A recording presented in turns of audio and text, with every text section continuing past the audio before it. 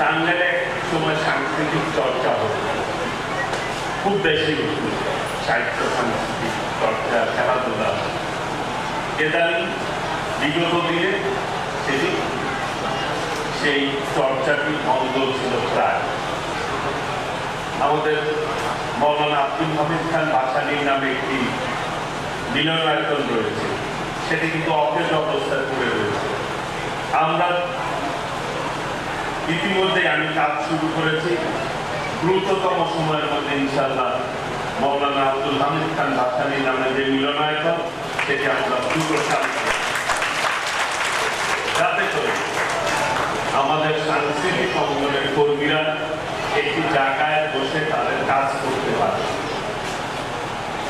আগামী দিনে এই টাঙ্গাইলকে সুন্দরভাবে গড়ে তোলার ক্ষেত্রে আমি সকলের সহযোগিতার কামনা করি। ইনশাআল্লাহ আমরা সবাই মিলে এই টাঙ্গাইলকে একটি সুন্দর নিরাপদ টাঙ্গাইল গড়ে তুলব ইনশাআল্লাহ। এবং মানুষদের আমরা আগামী প্রজন্মকে এমনভাবে গড়ে তুলতে চাই যে তারা মাদক মুক্ত থাকবে, সন্ত্রাস মুক্ত থাকবে, স্বাধীন চেতা নিয়ে তারা পড়ে চলবে।